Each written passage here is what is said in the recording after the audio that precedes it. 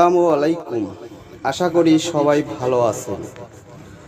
দোয়া ইবাদত, আবার দোয়াকে ইবাদতের মূলত বলা হয়েছে।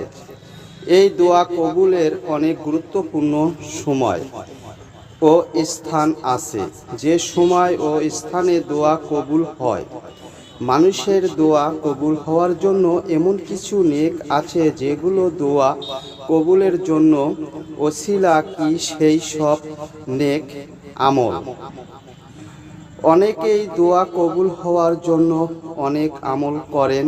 অনেক সময় ভুল পদ্ধতি অবলম্বন স্থানে কারণে দোয়া কবুল হওয়ার বিপরীতে তা গুনাহের কাজে পরিণত হয়।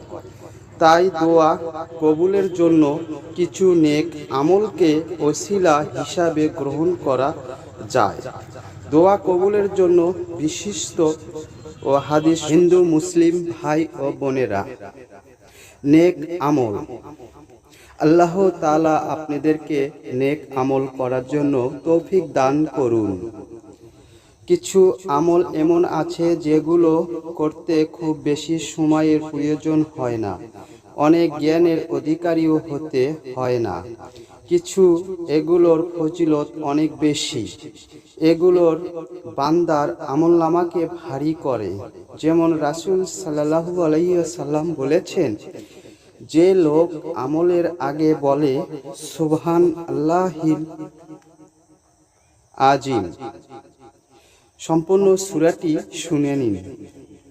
আউযু বিল্লাহি মিনাশ শাইতানির রাজীম। বিসমিল্লাহির রহমানির রহিম। ইয়া আইয়ুহাল্লাযীনা আমানু কুতিবা আলাইকুমুল কিসাসু ফিল কতলা